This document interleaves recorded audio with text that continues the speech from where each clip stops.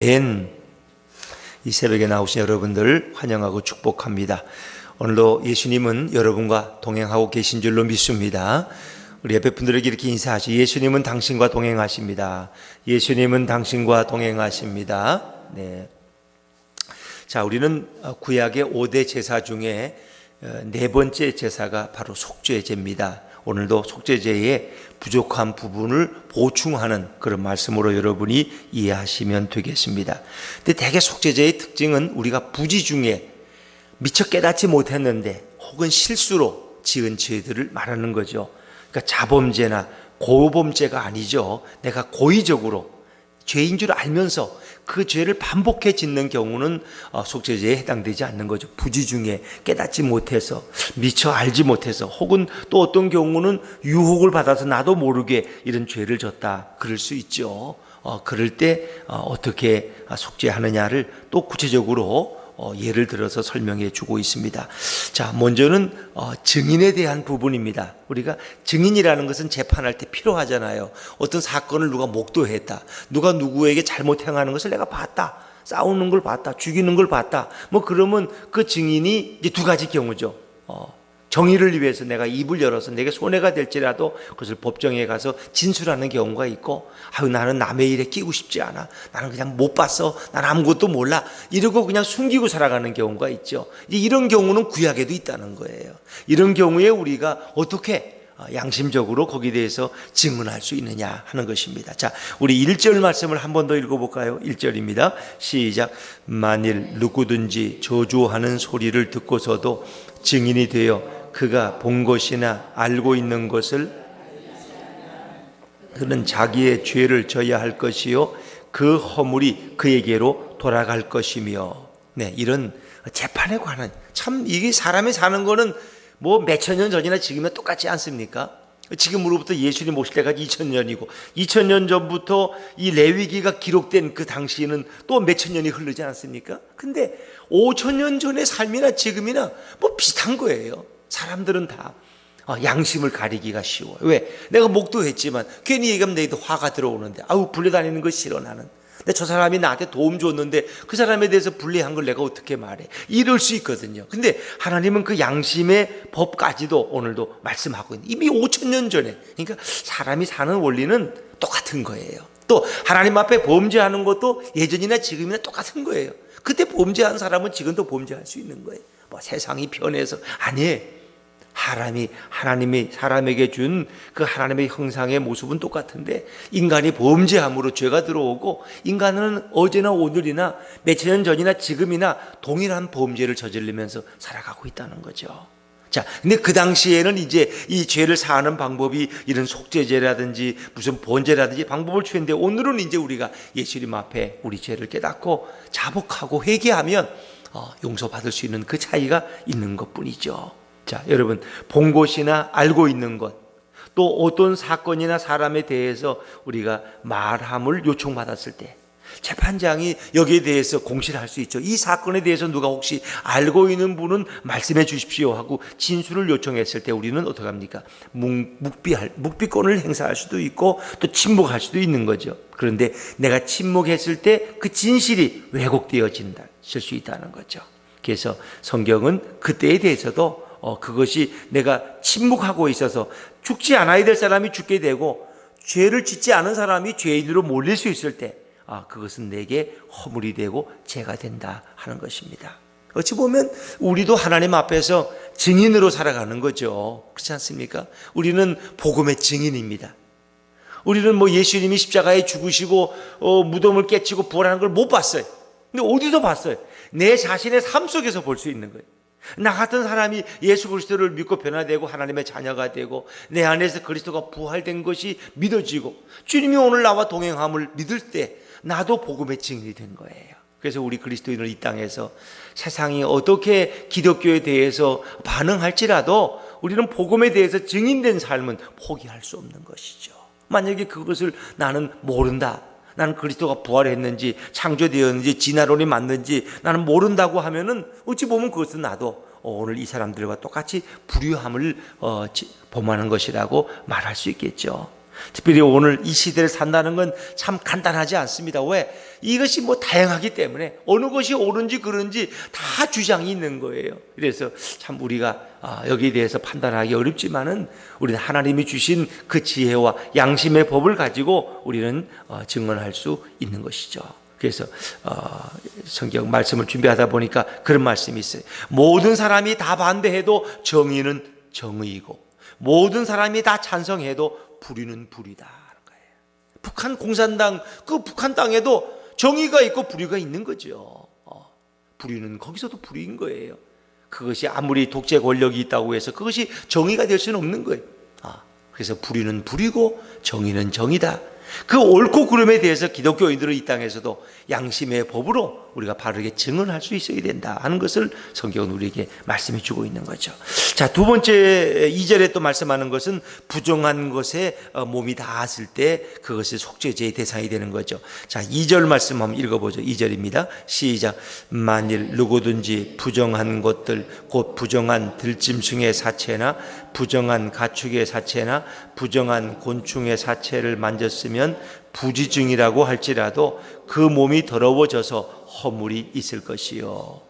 그래서 이 하나님이 금하신 이 사체, 죽은 자의 시신이죠. 이건 짐승의 시신도 마찬가지고 사람의 시신도 마찬가지예요. 그것은 부정하다 하는 거죠. 그래서 거기에 손이 닿게 되면 몸이 접촉하게 되면 일주일 동안의 정결 예식이 필요하다는 거죠. 자, 오늘날 우리는 이런 부정한 것에 대해서 따로 규정하고 있지는 않습니다. 그러나 오늘도 우리가 이 땅에서 정결함으로 거룩함으로 살아야 된다는 것을 성경은 말씀하고 있는 거죠. 그래서 사도 바울도 데살로니가 전서 5장 22절에 보면 악은 모든 모양이라도 버리라. 악에는 그러니까 구약에서는 이 부정한 것 옆에 가지 않듯이 오늘 우리가 이 땅에서도 정말 악한 모습은 옆에도 가지 말아라. 왜? 연탄집 옆에 가서 연탄재 나르는데 같이 어울리다 보면 나도 연탄재가 내 몸에 묻을 수 있는 것처럼 늘 자신의 양심이 더럽혀지지 않도록 우린 조심해야 되겠다. 근데 여기 보니까 부지중이라고 할지라도 부지중.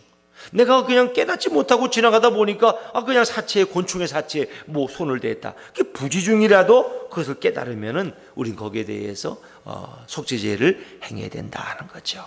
그래서 우리가 알지 못하고 지은 죄, 참 이것이 문제죠. 왜? 이거 죄인 줄 모르니까. 그러나 언젠가는 그것을 깨달아질 때, 우리는 죄로 자각되어질 때 우리는 거기에 대해서 죄에 대해서 책임을 져야 된다. 그래서 죄라는 것은 우리가 먼저는 죄인 줄 깨달아야 돼요. 만약에 죄를 지면서도 죄가 아니라고 생각하면 이게 참 어려운 거예요. 그래서 감옥에 가면은 살인죄를 범했는데 저놈은 죽어도 싸대. 저놈은 죽을 놈이래. 자기가 그 사람의 생명을 빼앗은 것에 대해서는 죄라고 생각 안 해. 이건 정의의 힘으로 한 거지 나는 죄진 게 아니라는 거야. 당당하다. 그것은 잘못된 거죠. 그 사람이 아무리 잘못해도 그의 생명을 내 마음대로 처한 것은 그것은 범죄한 것이죠. 그래서 우리가 죄를 죄로 모르는 것은 심각한 문제다. 특히 이 시대의 가장 심각한 문제가 거짓말입니다. 거짓말. 내가 누굴 죽인 것도 아니라 거짓말로 사람을 수천 명을 죽일 수 있죠. 수백 명을 죽일 수 있고. 근데 이 거짓말을 죄로 생각 안 하는 거예요. 이게 참 심각한 문제예요. 이 시대. 그래서 거짓말을 밥 먹듯이 해요. 이거는 우리 모두가 참 경계해야 될 일이에요. 거짓말하고도 양심의 가책이 없어요. 또 뻔뻔스러워요. 이렇게 피해 나가고. 이게 어떡하냐. 이거 하나님은 알고 계시는 거예요. 그래서 거짓말 할 수도 있지 사람이. 그러나 그것은 모르고 짓는 거짓말이라도 나도 깨달아지면 회개해야 되고 용서받아야 되는데 뻔히 알면서 짓는 거짓말이라면 이건 더욱 심각한 거예요. 그래서 우리 그리스도인들도 쉽게 거짓말 할 수 있어요. 거짓말. 그러나 이 거짓말도 하나님 앞에서는 이것은 분명한 잘못이다. 그것이 깨달아질 때는 우리는 죄를 자복해야 되고 그리고 거기에 대해서도 회개해야 되는 거죠. 회개해야 되는 거죠. 그래서 부지중에 지은 죄도 반드시 이런 회개가 필요하다. 자, 또 한 가지 우리 또 건너뛰어 볼까요? 우리 3절 말씀 한번 읽어보죠. 3절입니다. 3절 시작. 만일 부지중에 어떤 사람의 부정에 닿았는데 그 사람의 부정이 어떠한 부정이든지 그것을 깨달았을 때에는 허물이 있을 것이요. 물론 그 더러운 시체를 닿는데 그걸 내가 모르고 그냥 지나갔어요. 그럴 때는 어쩔 수 없는 거죠. 그러나 그것이 깨달아졌을 때는 또 누군가 내게 얘기해줘서 알게 됐을 때는 허물이 있는 것이고 반드시 그 죄에 대해서 우리는 책임을 져야 된다. 그러나 우리가 모른다고 해서 죄가 없는 건 아니에요. 나는 뭘 치고 나갔지만 뭘 쳤는지 난 기억이 없다고. 그럼 그 사람이 차로 누굴 쳤으면 그건 죄인 거죠. 우리가 모르든 알든 죄는 죄인 거예요. 그러나 우리가 모르고 있다 뿐이지 그 죄가 우리 속에 잠복되어 있는 거예요. 언젠가 그 죄가 깨달아질 때가 있다는 거죠. 죄가 깨달아요. 그래서 성령께서 그 죄를 깨닫게 하실 때가 있어요. 지금은 나는 죄진 게 없다고 생각하지만 어느샌가 성령이 그 모든 죄를 다 덮쳐낼 때 정말 우리는 하나님 앞에서 그 죄가 내가 이렇게 큰 죄인이라는 것을 다시금 깨닫고 자복하고 눈물을 흘리고 통회하게 되는 거죠. 죄라는 건 내가 몰라도 역시 그것은 죄이다 하는 거죠. 자, 우리 4절 말씀도 비슷한 경우지만 마저 읽고 넘어가면 4절입니다. 시작. 만일 누구든지 입술로 맹세하여 악한 일이든지 선한 일이든지 하리라고 함부로 말하면 그 사람이 함부로 말하여 맹세한 것이 무엇이든지 그가 깨닫지 못하다가 그것을 깨닫게 되었을 때에는 그중 하나에 그에게 허물이 있을 것이니 나는 이런 일을 하겠다고 하나님 앞에서 맹세했다는 거죠. 맹세했다.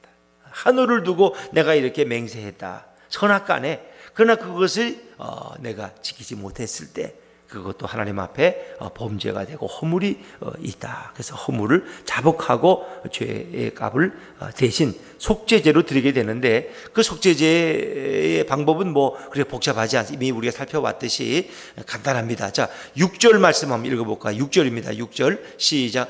그 잘못으로 말미암아 여호와께 속죄제를 드리되 양떼 암컷 어린 양이나 염소를 끌어다가 속죄제를 드릴 것이요 제사장은 그의 허물을 위하여 속죄할지니라. 속죄제는 암컷 어린 양이나 염소 둘 중에 하나를 가지고 속죄인데 이 제사를 드릴 때도 구약에서도 법칙이 있어요. 그냥 드리는 게 아니에요. 여기에 대해서 자복하고 드려야 돼요. 내가 이런 죄를 졌습니다. 입술로 시인하라는 거 이게 중요해요. 자, 5절 말씀하면 돼요. 5절입니다. 시작. 이 중 하나에 허물이 있을 때에는 아무 일에 잘못하였느라 자복하고 그 자기 잘못을 공개적으로 제사장 앞에서 인정하는 거예요. 내가 이런 일을 행했습니다. 내가 이렇게 자복하는 거예요. 자복. 그리고 나서 속죄제를 드린다. 물론 우리는 지금 속죄제를 드리는 대신 우리는 어떻게 해요? 하나님 앞에 회개해야 돼요. 지금은. 예전에는 자복하고 양 한 마리 잡아드리면 그걸로 끝난다고 생각했을 거예요. 그들은. 그리고 깨끗하게 살았을 거예요. 양심에 가책 없이. 나는 왜 하나님 앞 속죄제를 드렸으니까. 그러나 지금은 속죄제물을 드리지는 않아요. 지금은 하나님 앞에 회개해야 돼요. 회개해야 돼. 이제 방법이 다른 거죠. 자, 그런데 이렇게 잘못했을 때 암컷 어린 양이나 염소를 드릴 이런 힘이 안 돼요. 너무 가난해서 이럴 경우에도 성경은 또 방법을 제시하고 있죠. 7절입니다. 7절 같이 읽죠. 시작. 만일 그의 힘이 어린 양을 바치는 데에 미치지 못하면 그가 지은 죄를 속죄하기 위하여 산비둘기 2마리